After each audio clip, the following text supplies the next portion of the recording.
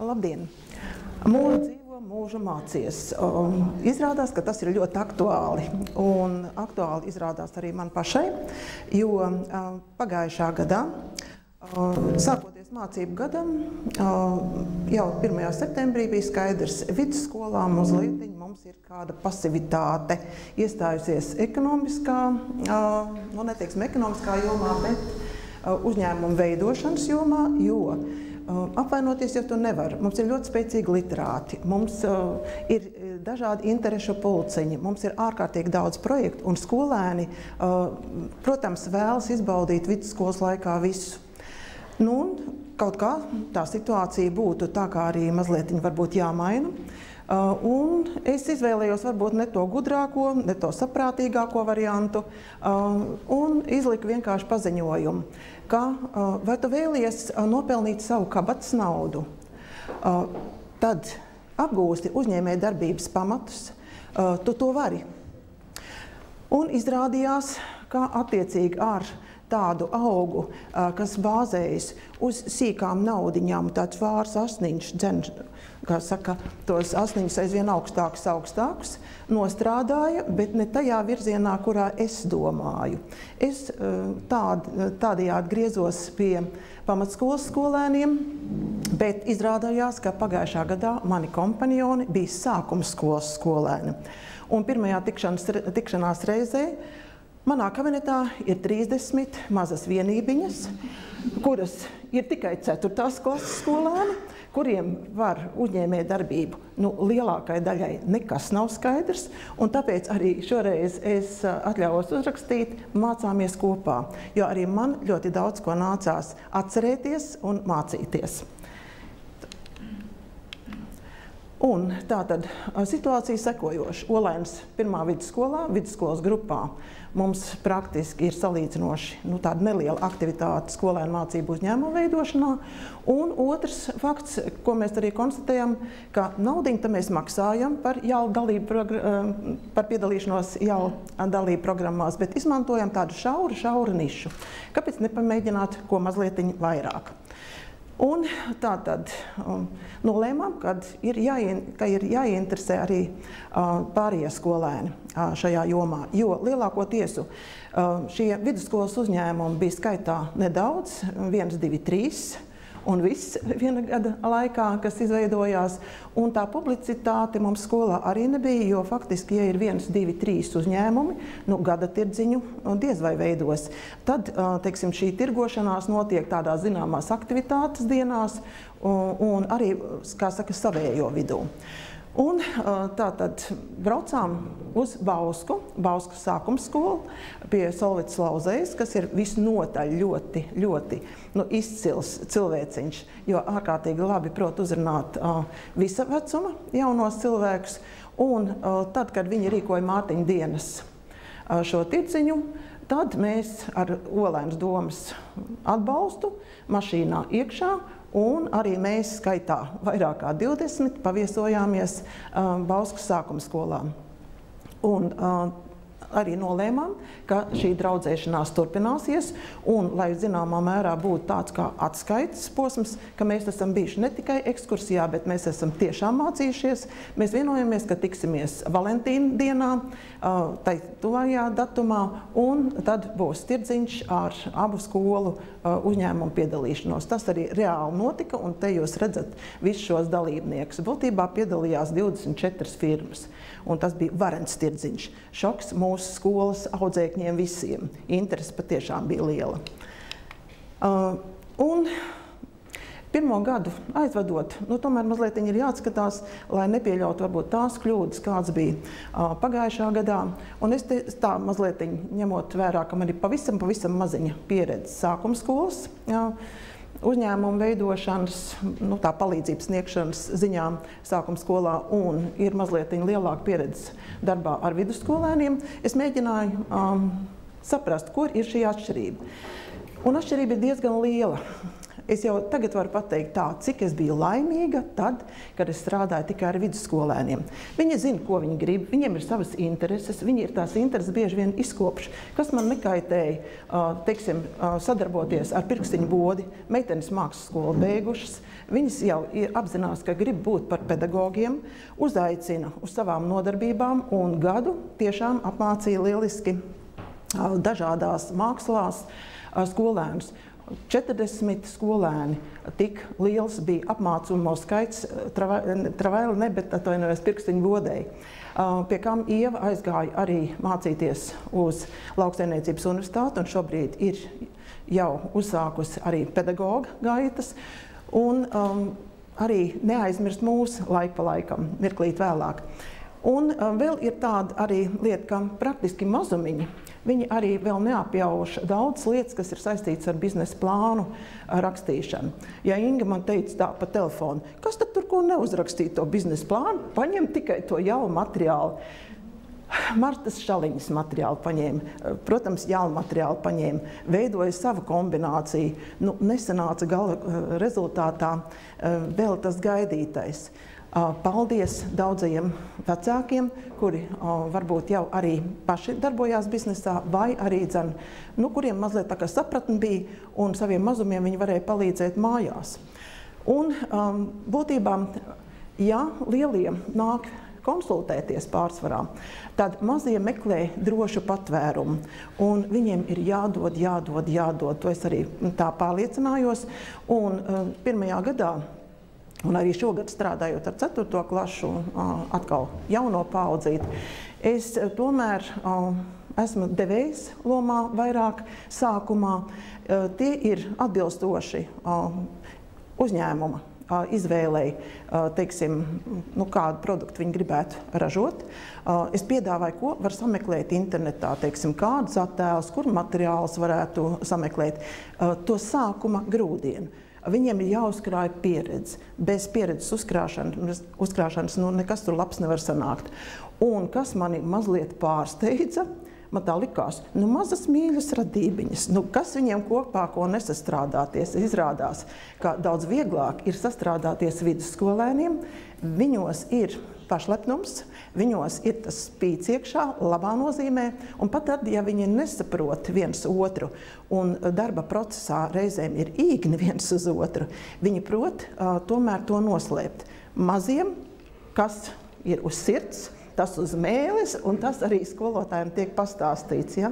Un šī sadarbošanās nāk daudz grūtāk. Līdz ar to šogad es arī domāju par to, ka tad, kad es viņus redzu kaut cik vairāk kopā, ka mēs mēģinam arī izspēlēt kādas spēles, lai gluži vienkārši saliedētu viņus, lai mācītu mazliet tā kā arī piekāpties otram. Tas arī ir daudz. Un vēl jāņem vērā to, ka es esmu pamatā vidusskolas skolotāja, strādāju vecākajās klasēs, līdz ar to stundu skaits ir tik, cik ir, bieži vien 7–8 stundas, ja? Mazajiem tās ir 6 stundas, dažkārt 5 stundas. Bez tam, tad, kad es varētu ar viņiem strādāt, izrādās ir arī dejošana, ir ansamblis, ir koris un citas nodarbības. Ne visi skolēni dzīvo pilsētā, tāpēc es nevaru pateikt tā, aiziet mājās, paēdiet, un tad nāciet atpakaļ. Nesanāks tā. Tāpēc mēs izmantojam starpbrīžus, mēs izmantojam arī, varētu teikt tā, noteikto laiku. Otrdienās es strādāju 2 stundas ar viņiem, kuriem beidz stundas, tie atnāk. Reizēm atnāk viens no uzņēmuma, bet svarīgākais, lai informācija līdz viņiem nonāktu. Un arī, kā es jau teicu, vairāk esmu šobrīd devējas lomā, un to atdevi es jau redzu 5. klasē, un ir šogad tā pārsteidzoši, ka es faktiski jau 3. darbības mēnesī redzu arī 4. klasītē. Un, teiksim tā kā man praktiski nav iespēja ar visiem viņiem uzreiz satikties, bet man vajadzētu tā viņiem atkal ap 30 cilvēku vienības redzēt vienlaikus telpā. Tad es izmantoju to, ko vienkārši es esmu redzējis, ko citi kolēģi kādreiz dara. Pirmkārt ir informācijas stends. Ar plānu mums ir skaidri zināms, kad notiks kādi tirdziņi, un, teiksim, tas ir viens no tādiem, centrāliem darba starpposma noslēgumiem katreiz. Skolas mājaslapā mums vienmēr ir arī informācija, kad būs nākošais tirdziņš. Es esmu mazliet paslinga, bet būtībā skolas mājaslapā vajadzētu ļoti regulāri arī dot par katru tirdziņu šo informāciju.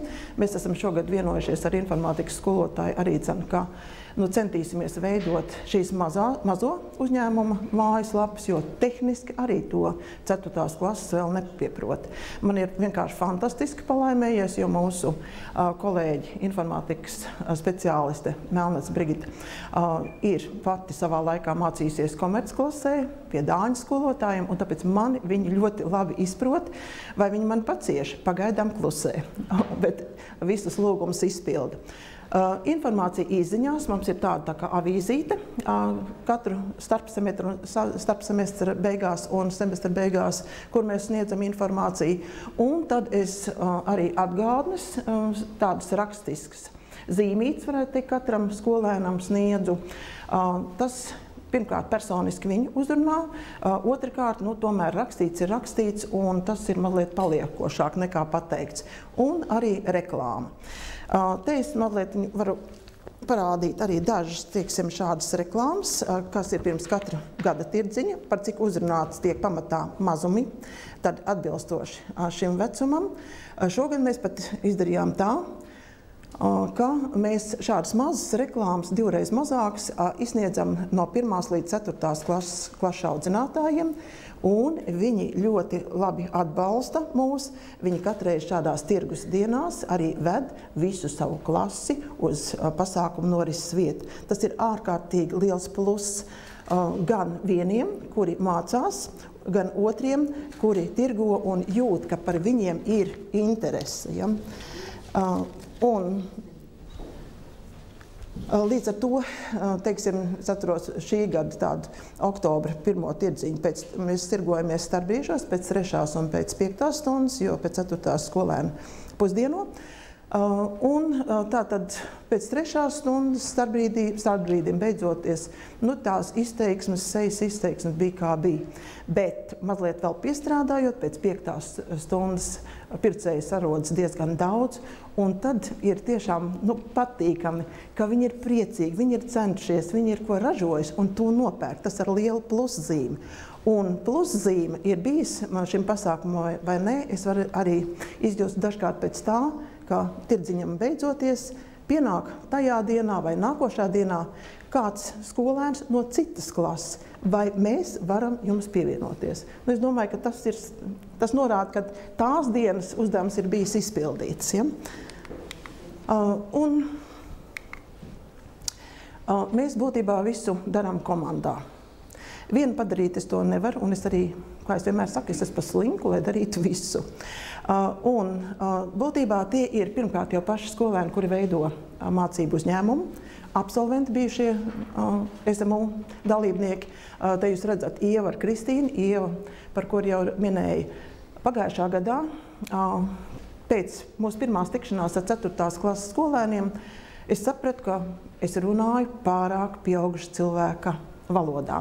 Ieva savukārt strādā mazākajās klasēs, un viņa pat pirmsskolas grupiņā pie mums strādā. Es teicu, Ieva, lūdzu, glāb mani. Būtu ļoti mīļi, ja tu varētu uzrunāt mazos, tev ir pieredze skolēnu mācību uzņēmumu veidošanā, tu esi strādājusi ar 4. klases skolēniem, izveido lūdzu prezentāciju, atnāc pie mums ciemos un parādi, ko viņi var veidot. Tiešām Ieva izveidoja šo prezentāciju, atnāca, un viens otrs no jaunajiem biznesa cilvēkiem tiešām arī centās pat atdarināt Ievas ieteikumus. Tas arī, manuprāt, vismaz sākumā ir liels pluss. Tad ir, kā jau teicu, pieredze bagāti kolēģi. Es aizēju arī ar mūsu Brigitu, otru Brigitu parunāt. Dažkārt parunāju arī ar apmeklētājiem, tirdziņu apmeklētājiem. Man katrā reizē kāds no skolotājiem pasaka, tu zini, tur bija tas un tas, tā firma negribēja man dot čeka kopiju. Uzreiz mums ir skaidrs, par ko jāparunā. Ja? Vai atkal, tu zini, viss bija ļoti jauka, bet tas produkts tur bija tāda un tāda vaina. Mēs, protams, publiski un skaidri to nerunājam, bet zem 4 acīm mēs izrunājam tās lietas, lai, nu, teiksim, ja tas ir brāķis, turpmāk tas tomēr vairs nebūtu. Ja? Un tātad tie ir arī vidusskolēni, kas ir skolēnu mācību uzņēmumu dalībnieki. Es viņus iesaistu vērtēšanā, starpvērtēšanā. Šobrīd sākumā mums ir tikai tā vērtēšana nevis uz kādu nomināciju, bet kas ir labs un ko vajadzētu uzlabot. Tā starpā es arī esmu bezkaunīga, es eju pafotografēju, un tad vai nu atkarībā no tā, kā es izjūtu, kā tas skolēns, viņš ir tāds, kas var uzņemt arī publiski to kritiku, vai tomēr tas ir dziļi individuāli jārunā, un tad parāda to fotogrāfiju. Tu redz, kas tev tur zem galda ir apakšā, vai kas tev ir uz galda, ja kā tev tā prece un kas tie pa papīru kalniem tur. Tu varētu tā pateikt. Bet galvenais, kas vienmēr jāievēro, ka tai ir jābūt labestīgai kritikai. Klašu audzinātāji. Es dievinu savus sākuma skolas klašu audzinātājus tajā ziņā, ka viņi vienmēr atbalsta, viņi uzjautā, vai manēji pie tevis ir atnākuši, vai, teiksim, kā viņiem klājās un ko viņi tur dara, vai viņi visi izpildījuši, ko tu esi teikusi. Ja? Tas arī ir liels pluss, kā jūs jau teicu, kolēģi, un vēl liels pluss arī vecāki. Bez vecākiem, es teiktu, 4. klasē nav domājums, ka varētu izveidot sekmīgi skolēnu uzņēmumus, jo vecāki ir tomēr dažkārt padomdevēji. Vecāki atnāk vecāku skolotāju dienā iepazīties ar mani, tas arī jau ir pluss, mēs varam mazliet tā iepazīties, jau mēģinu viņus arī piesaistīt, varbūt, ka viņi nāktu kādā tirdziņā arī par padomdevējiem, tas arī būtu ārkārtīgi labi. Pagaidām saka, esot darbu mainījuši, nevarot. Un es vislielāko paldies gribu teikt arī savām meitenēm lielajām, VK Dance, mācību uzņēmuma dalībniecēm, kuras apmāca hip-hop dejās, dažādu klašu skolēnus. Tieši šīs meitenes man iemācīja, pirmkārt, lika padomāt pirms 2 gadiem, cik varbūt svarīgi ir pateikt darba gada beigās paldies, jo šīs meitenes paši pēc savas iniciatīvas uzaicinājuši strādā arī apmēram ar 40 skolniecēm. Pamatā tās ir meitenes, retais zēns tur, diemžēl, aiziet, bet viņas uzstāties ļāva koncertā visiem. Ja būtu tāds īsts koncerts, mēs teiktu, ak, Dievs, kāds tur palaiž. Bet katrs, kas nāca uz skatuvi meitenes uzrunāja tā, ka tā būtu prima balerīna. Jums vajadzēja redzēt gan šitādi mazi tuntulīši bez kompleksiem, gan arī, teiksim, patiešām, kur varēja redzēt meitenes, kurām ir dotuma un kuras palīdz savām vadītājiem jau veidot deju horeogrāfiju, ja? Ar kādu lepnumu uzstājās. Un kā pilnīgi katram meitenes pateica paldies. Pagājušā gadā, mācoties no situācijas 2 gadu atpakaļ, es lūdzu meitenēm atļauju piedalīties viņu šajā noslēguma koncertā maijā. Un šoreiz mēs aicinājām visus tos skolēnus, kuri bija nodarbojušies ilgāk vai mazāk skolēnu mācību uzņēmumu veidošanā, jo cits man lieta tā kā atplūst, bet es tā izdomāju, ka es tomēr mēģināšu pacelt viņu pašapziņu, lai atgādinot, ka es viņu neesmu piemirsusi, ja, ka man arī šis cilvēciņš ir svarīgs. Un mēs arī apbalvojām ar maziem diplomiņiem katru, kas bija piedalījies vai nu biznesa pasaku konkursā, vai, teiksim, mana vārdnīciņa, vai arī skolēnu mācību uzņēmumu šajā pasākumā. Es domāju, ka gadu noslēdzot uz plusu, bērniem arī paliek tā plusa zīmīte. Un, lai arī šogad es pilnīgi droši zinu, ka ne visi uzņēmumi, kur darbojās pagājušajā gadā, darbosies, jo, kā jau teicu, sāk parādīties tas moments, ka skolēniem ir arī citas intereses, un tās ir jāizkopja, un ja līdz 4. klasē visbiežāk vecāki neļauj varbūt tur tumsā iet uz kādām nodarbībām, kas ir kultūras namā vai mākslas skolā. Tagad jaunie cilvēciņi ir lielāki, un šīs intereses ir dažādākas, bet pašu tādu elementāro izpratni viņi tomēr ir guvuši. Un mazliet praktiskas darbības piemēri. Tad, kad es uzsāku, parasti es jautāju, un viņi pat man šogad arī rakstiski aizpildīja, ko tu proti, un no tā, ko tu proti, kādu produktu varētu izveidot, un kas viņu pirks. Nu, tas arī, manuprāt, no Jāla mājaslapas ir nošpikots. Ja? Un man ļoti patika, ir tāda kreatīvās metodas sērija uzņēmējiem.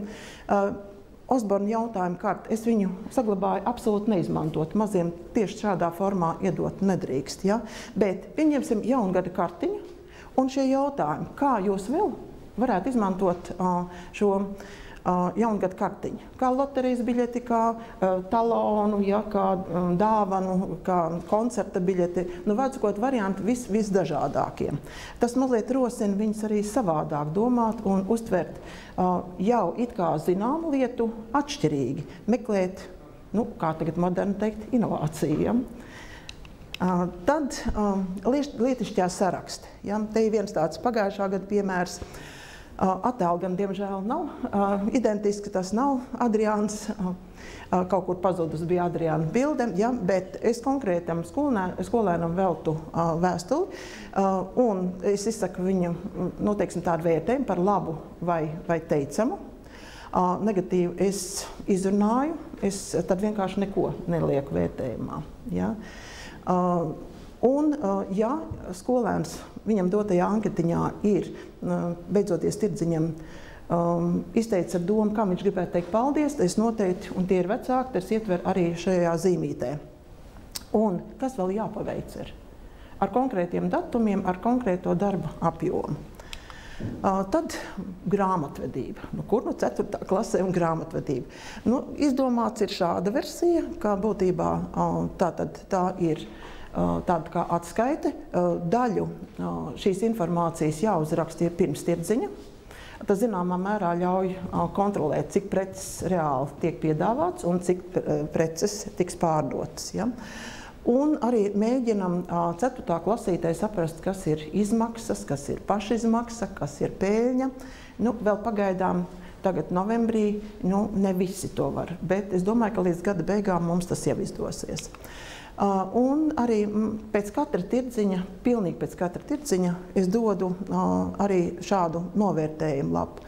Izdevās, neizdevās, nākošajā tirdziņā, nu, ko es darītu savādāk. Varbūt kādu preci es vairāk piestrādāšu, jo nu, es arī mācu to, ka nu, ir sezonas preces, ir uz kaut kādiem notikumiem tādas preces, kā tās varētu pārveidot. Un gatavoties tirdziņam, nu, par gatavošanos to periodu tirdziņu, gribu pateikt paldies par palīdzību. Parādās māsas lielākoties un mammas. Un jāsaka, mammas, starp citu, it sevišķi uzsākot biznesu, ir viskolosālākās biznesa idejas sniedzējas. Es tagad vienu biznesa ideju nedrīkst pateikt, bet vienkārši iekšā man tā vibrēja, kā es gribu, lai tā meitene izveido šo uzņēmumu vismaz ar biznesa plānu konkursā, jo tā tiešām ir forša inovācija. Bet pamatdoma atkal nāk no māmiņas.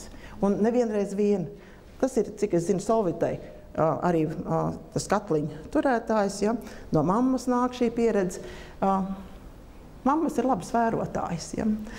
Un es mazliet atpakaļ vēl gribu pateikt, šī lapa der man jāgatavo atskaita jau gada beigās, un es tik salieku, kā saka, sev šo informāciju tabulā, un tas ļoti labi arī ļauj uzkrāt šo informāciju, un vēlāk mēs mācāmies, kā to informāciju apstrādāt. Ja? Sākumā mēs uzkrājam, jo mēs tagad vēl līdz jaunam gadam ļoti daudz ko mācāmies. Ja? Gan kā gatavoties tirdziņam, kā reklāmu veidot, un šobrīd ir tas informācijas uzkrāšanas periods. Pēc jaunā gada, jā, tad jau būs atkal šī informācijas apstrāde mazliet. Ja? Nu, te ir daži skati no tirdziņa. 20. oktobrī, nu, un tas pagaidām mums viss. Paldies!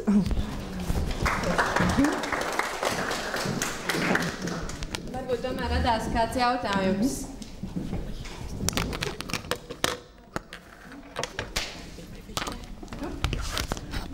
Tā, ja jautājumu nav, tad vēl ir pateicību. Jā, jau visiem liels paldies par pieredzes stāstu.